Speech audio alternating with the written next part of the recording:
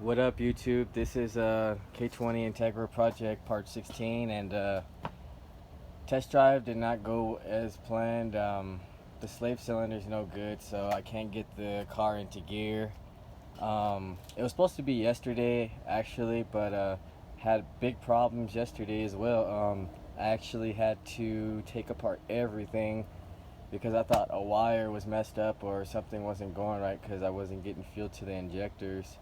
Come to find out that there just wasn't enough gas in the car, so I wasted about 12 hours. So diagnosing nothing, just needed more gas. I had put like 5 gallons in there, or not five, maybe like 3.5. And I guess the tilt that it's at, it still wasn't picking up in the fuel sender, so it wasn't enough fuel pressure. I actually did check the line. I wasn't, like, oh, I just guessed, but yeah, this line right here, it was pushing out fuel, so I just assumed that I had fuel. So I just kept going and trying to figure out.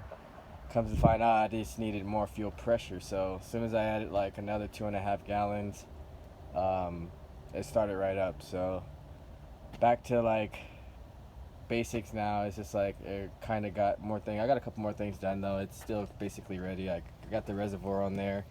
Um, doesn't look the best right there, but it's the best I can find. Like, it was supposed to be right here, but this AC line basically got in the way of all that. These AC lines, because I was gonna run the reservoir right here, and the stock fan actually used to fit as well, but now that this AC line is here, I mean, there's just no room. So I'm gonna order the slim fan, and then I still gotta wire that sensor in. I just gotta find the wire off of the actual car, because I thought the actual wire from the ECU is the one you needed. It's not the one from the actual cake harness. You want the one off of the actual car harness. So you find that. I'll think it's no, I'm not sure exactly what the wire is, but you want the wire off the actual car, and then you want to take that, ground it with the plug, so the temperature can run off of that, or the fan switch can run off of that. So I'll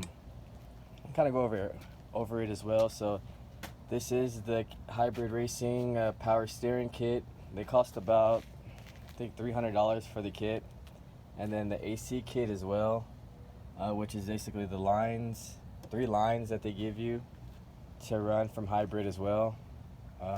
One from the factory, and then they basically run right here. This is the second line right here, and then the third line is just from the compressor to your condenser. So it's real simple.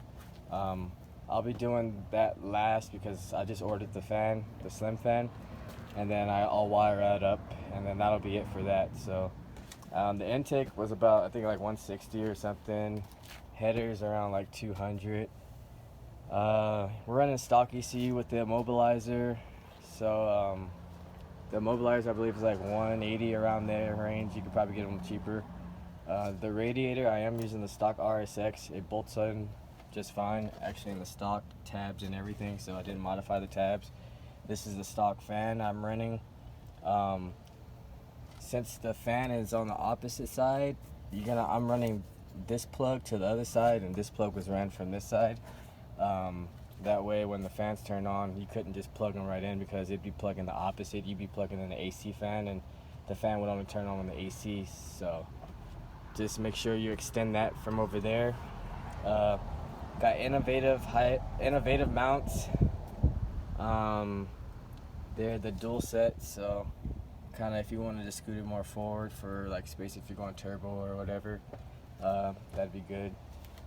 Shift cables are stock, but I do have the hybrid racing shifter bolt in, so no cut, no problems. Running the stock heater hoses off of the RSX, slightly cut, and then I flipped the little diverter valve. It doesn't go, it's actually on the other way, it's opposite, so I flipped it so the actual little clip will actually work right there. Let's see what else we got. Like I said, I ordered a new slave. Clutch is not working. That's kind of the fail too for today. I was gonna get it going today. I was literally ready. So let me show you guys the wiring, since you guys seen the huge mess that I created, but this is basically it. So this plug is basically taking care of my O2 sensors. So you got primary, secondary. I'm gonna be running them through here. So that's my primary, it's already through there, and then here's my secondary. So once I go get the cat down and everything, I'll just run that down in there. I still got 2 more wires on the primary. I got a wire which is just a ground and a relay power. I can't put it to an ignition power because it'll stay on, it'll stick, and I guess just take power even with the car off. So make sure you run a relay to your O2 sensors because that will cause a problem. This is the clip and plug. Like I said, all these other wires will be deleted. There's 6 wires coming from the back. This is from your smog system in the back, the 3 smog sensors. So you got that, and then I just got 1 wire to run as a signal. So after that, I can clip all the rest of those, and that'll be all cleaned up. As far as actually trying to get a K-series swap running to get the ECU, you got 3 wires. It's gonna be off of this plug right here, which is the C101 or 302 plug, and it's basically gonna be number 9, 14, and 20. 20 is the black and white wire, which is your coils.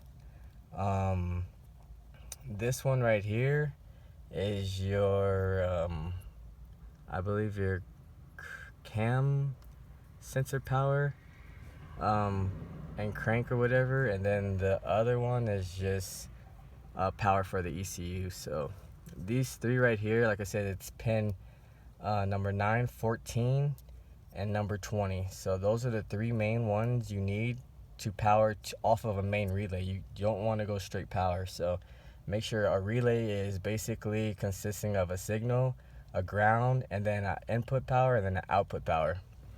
Other than that, the other wires you'll be running, like I said in previous videos, I'm just kind of giving you more detail now since I know for sure and things are working. This is your tack wire, the blue one. You're just going to run it to the other side. It's another blue wire that comes from where I tucked that on the shock tower wiring harness. And then you got, obviously, this is pin 16 off the C101. That's your starter signal input. You wire that to the K harness as well.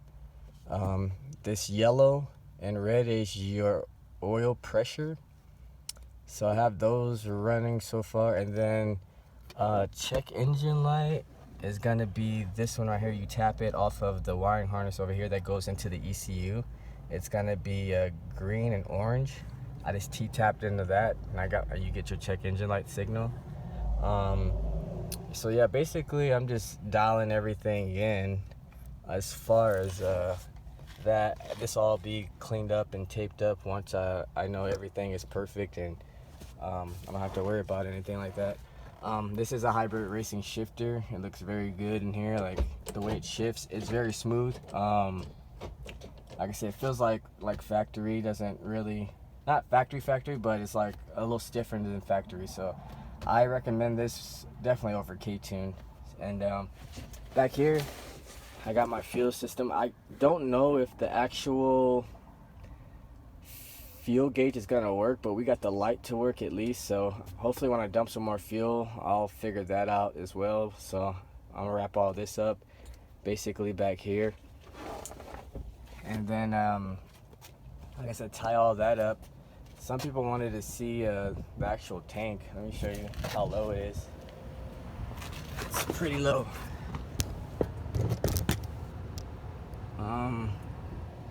It's not much you can really drop off the tank to.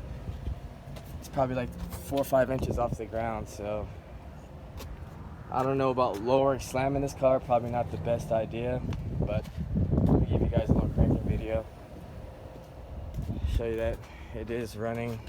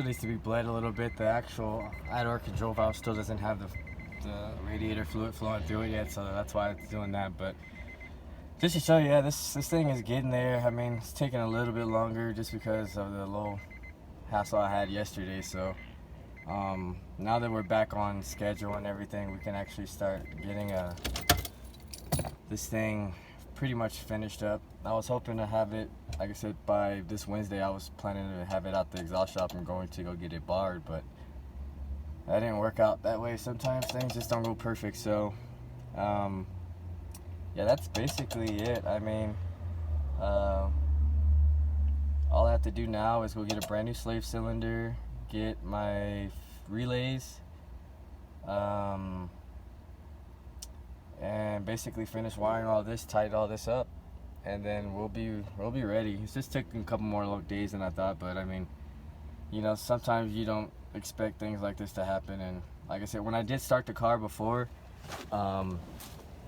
the tank was flat on the ground. It wasn't actually hiked up, so that is what kind of confused me. It wasn't like, oh, I know I didn't have tank gas. Like, if I knew that, I would have just went and bought more. But that's basically it, guys. Like, kind of sucks. This is a failed startup, but I just want to give you guys another, you know, update and let you know that things are still flowing and it's basically ready to go. So hopefully next time I can have this thing driving for you and get a little pull with VTEC, see how loud it is with open headers, and then we'll go to the exhaust shop and get this thing tidied up, finish all the check engine lights, make sure everything's bled from the radiator to the slave cylinder.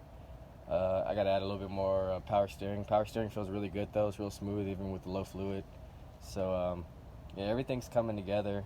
But you guys have any questions, just let me know. Yeah, if you haven't, share, like, comment, and subscribe if you want to. See you guys later.